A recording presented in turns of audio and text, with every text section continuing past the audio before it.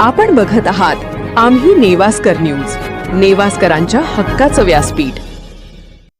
Nevasa police station हद्दीत अवैध शस्त्र बाळगणाऱ्या इसमाविरुद्ध पोलिसांनी मोठी कारवाई केली आहे।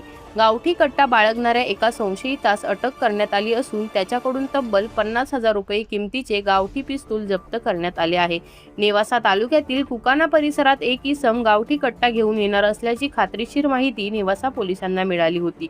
या माहितीच्या आधारे पोलीस निरीक्षक सागर ढिकले यांच्या मार्गदर्शनाखाली विशेष पथकाने सापळा रचत कारवाई केली।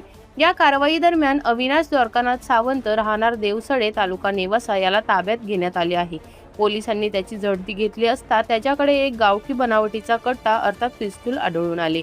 जप्त करण्यात आलेल्या या गावठी कट्ट्याची किंमत सुमारे 50,000 रुपये असल्याचे पोलिसांनी सांगितले आहे। या प्रकरणी पोलीस कॉन्स्टेबल हरिभाऊ धायतडक यांच्या फिर्यादीवरून नेवासा पोलीस स्टेशनमध्ये गुन्हा रजिस्टर नंबर 403/2026 अन्वये शस्त्र अधिनियम कलम 3/25 प्रमाणे गुन्हा दाखल करण्यात आला आहे। ही कारवाई पोलीस अधीक्षक एम सुदर्शन, अप्पर पोलीस अधीक्षक सोमनाथ वाघचौरे, वैभव कलबर्गे तसेच उपविभागीय पोलीस अधिकारी नीरज राजगुरू यांच्या मार्गदर्शनाखाली करण्यात आली।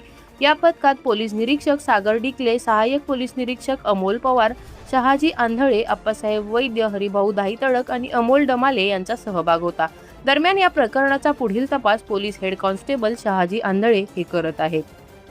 तर या होत्या आजच्या महत्त्वाच्या ठळक बातम्या। अधिक अपडेटसाठी पाहत रहा आम्ही नेवास्कर न्यूज। धन्यवाद।